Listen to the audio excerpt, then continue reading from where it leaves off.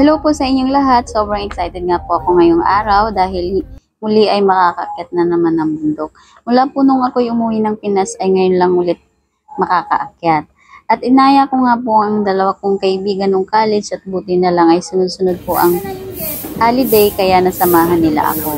Yung isa ho pala ay broken hearted lang kaya lang po sumama. Ay nga po at habang naghihintay ho kami sa pagre-register ay nakinood po muna kami nagzuzumba dito sa may barangay. At ayan po ay nagumpisa na kaming maglakad. Yung nga ho palang nakadilaw ay yun po ang aming tour guide. Mabilis pa ho maglakad yung mga kasama ko dyan dahil kakampisa lang namin. Meron nga po kaming nakakasabay o nakakasalubong na nakakabayo na may mga karga pong mga produkto kagaya ng niyog, saging at iba pa. Ganito po pala dito sa Magallanes, ginagamit nilang transportasyon ng kabayo para sa kanilang pangkabuhayan. At mabuti na lamang po ay maganda ang panahon ngayong araw, kaya laang noong mga nakarang araw ay nag-uulan, kaya maputik pa po ang daan. Ito nga po palang trail na dinadaanan namin ay mas maiksi kumpara po sa trail na nagmumula sa Talipuso. Hanggang summit po ay approximately 4 hours po para sa mga beginners. Kung mabilis po kayong maglakad at walang patigil-tigil, makukuha po itong lakarin ng 2 to 3 hours. So, meron po tayong madadaan ng 3 ilog at ito na po yung unang ilog. Hindi po ganun kalakas ang tubig kaya mabilis lang po tawirin. Mag-ingat lamang po sa pagtawid. At dahil nga po madalas ang pag-ulan nung nakarang araw kaya sobrang maputik po banda dito. At ito na pala ang pangalawa at pangatlong ilog na nadaanan namin. At pagkatapos nga po niyan ay nakarating na kami dito sa May Kubo. Ayan, ang kainaman nga po ay meron po tayong mabibili dito sa May Kubo na mga buko. Kaya pag nauuhaw po ay pwede pong bumili dito. At doon na nga rin ho kami nagbayad ng registration po na tig 50 pesos bawat po isa. At sa puntong ito ay nagutom nga ho itong aking isang kasama kaya po kami ay tumigil at kumain po muna ng kaunting saging. At siya nga daw po ay nahihilo na, ay wag naman po sana, kinakabahan naman ako sa iyo, bebe. Biglang nakita ko. Nakakain ng saging, oh. Maraming puno nang nakikita ko. Matapos nga po makapahinga ay tuloy ho ang laban at ayan na nga ang mukha ng nakakain ng saging. Sumigla na ulit, akala ko'y makakauwi na kami ng maaga. Yan. Kainaman nga ho ng may tour guide ay may tagabugaw ho ng baka sa daan. Nakakatakot kasi na lang suwagin. Pero hindi lang baka makikita natin sa daan, meron ho din namang makakain. Ayun nga at panay na ang pamitas po ng wild berries. Medyo maasim nga lang ho dahil hindi pa masyadong hinog. Malamang naunahan na ako ng ibang hikers. So sad. Pagkatapos nga ho ng halos 4 na oras ay sa wakas ay narating na namin ng summit. Talaga namang sobrang sulit ng pagod pag nakarating na sa taas.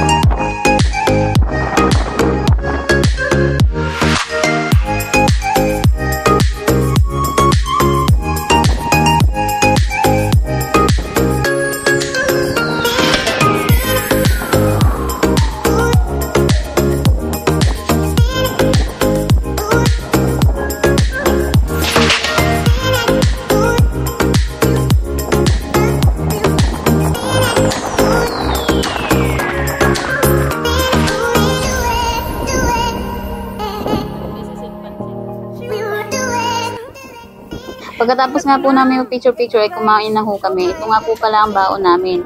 Inaantok pa po yata yung nagluto niyan. Wag ho kayong maingay pero ako po yun. Isinalang lang po sa kawali at nalimutan na. Ewan ko ba? Sign na nga yata ito na di ba pwede mag-asawa. Pero kahit ganyan ho ang nangyari ay binaon pa rin namin. Sayang naman kasi masarap din naman. At may baon nga din po kami. Chichirya! At ang pinakamasarap sa lahat, ang aming saging.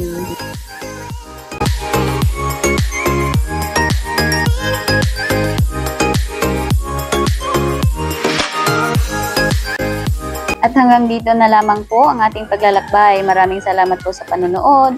Sana'y samahan niyo po ulit ako sa susunod nating adventure. God bless and please subscribe to my channel. Thank you!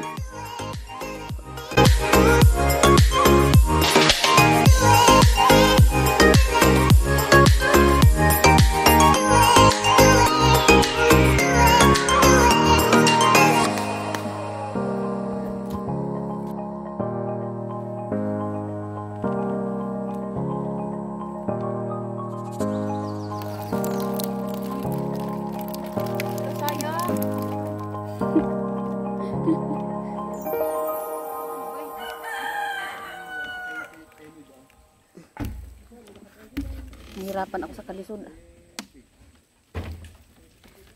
Basta na imbudo si ate? Wala na.